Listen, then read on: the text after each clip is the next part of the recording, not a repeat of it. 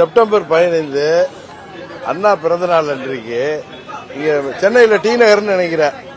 அங்க மீட்டிங்ல பழனிசாமி எப்படியெல்லாம் வீரவசனம் பேசினார்.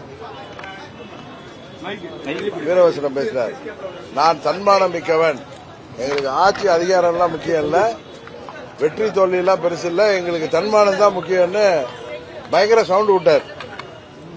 பத்தாவதுக்கு பத்திரிகைகள்லயும் ஊடகத்திலையும் அவர் ஏதோ அவருடைய அந்த எழுச்சி பயணத்தை தள்ளி வைத்திருக்கிறதுக்கு காரணங்கள் போட்டதாக கோச்சிக்கிட்டாரு.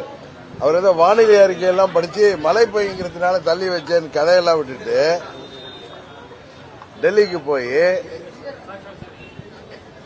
நம்ம துணை ஜனாதிபதி அவர்களை பார்த்துட்டு இரவு ஹோம் மினிஸ்டரை சந்திச்சிருக்காரு. இது ஏற்கனவே ஊடகத்தில் வந்துச்சு. அவர் ஹோம் மினிஸ்டரை அவரை அழைத்திருக்கிறாரு, அதுக்காக போறாரு. இதுக்கு எதுக்கு இவ்வளோ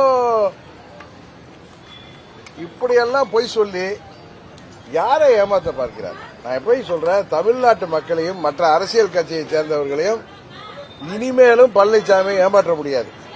என்ன ஹோம் மினிஸ்டரை போய் பார்த்துட்டு அது கூட்டணியில் இருக்கீங்க. ஹோம் மினிஸ்டர் ஓப்பனா இங்க வந்து சென்னையில் ஏப்ரல் 11 இவரை கூட்டணியில சேர்த்து அறிவிச்சுட்டு டெல்லிக்கு போறாரு.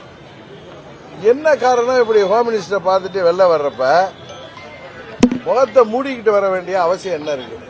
இதுவரை கேள்விப்பட்டிருக்கீங்களா? அரசியல்ல எந்த ஒரு கட்சி தலைவராவது டெல்லியில சென்று அல்லது வேற எங்கோ கூட்டணி கட்சி தலைவர்களை சந்தித்து விட்டு வரும் பொழுது இப்படி முகத்தை மூடிக்கொண்டு ஓடி வருவதை பார்த்திருக்கீங்களா? யார் இப்படி முகத்தை மூடிட்டு வருவாங்கன்னு உங்களுக்கு தெரியும்.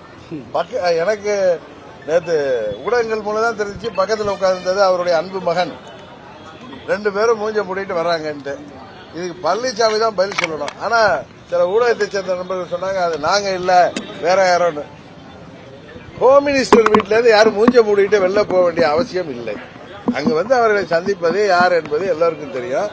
அது அங்க இருக்கிற ஊடகத்தை சேர்ந்தவருக்கு தெரியும். அவர் எனக்கு சொல்லப்பட்டது முன்னாடி கூட வந்த சகாக்களை எல்லாம் வேற கார்கள்ல அனுப்பிட்டு இவர் மெதுவா வெளில வந்திருக்காரு. என்ன காரணம் என்பதை பழனிசாமி சொன்னால்தான் தெரியும். ஆனா அந்த காலத்தில் சொல்லுவாங்கல்ல புலவர்கள்லாம், மன்னர்களை ஏதாவது ஒரு சாதனை செய்தால் அவர்களை இன்று முதல் மன்னரை நாங்கள் இப்படி அழைக்கிறோம் சொன்ன மாதிரி அண்ணன் பழனிசாமி இன்று முதல் முகமூடியார் பழனிசாமி தான் அழைக்கணும். இவர் உருவெல்லாம் புருடாங்க.